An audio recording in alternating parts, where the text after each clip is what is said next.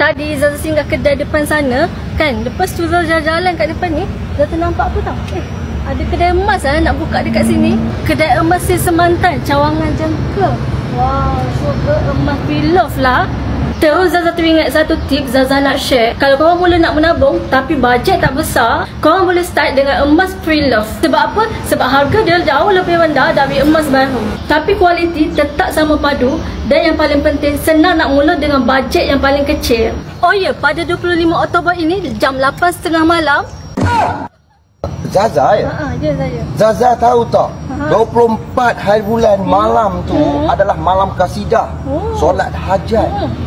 Lepas tu kemudian 25 hari bulan pembukaan. Betul? Betul.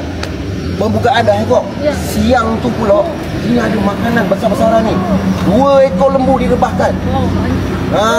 Jadi untuk pengetahuan Zaza, ada 25 hari bulan tu juga pada malam tu DK besar-besaran kat sini. Ini Yazid. Wow. Tapi kan Bon, kan ada promosi. Mestilah. 24, 25, 26. Setiap cawangan cash ni, kedai emas di Semantan ada promosi besar-besaran tau Zaza. Dekat mana tu? Dekat mana? Ni, kan? Ya, dekat semua cawangan. Mana? Temelloh, Kuantan, Jengke. Sebab tu Zaza orang Jengke. Kena hebah-hebahkan orang Jengke. Semua ni datang beli pre-love emas ni. Yes. Emas ni, Zaza dah beli emas belum?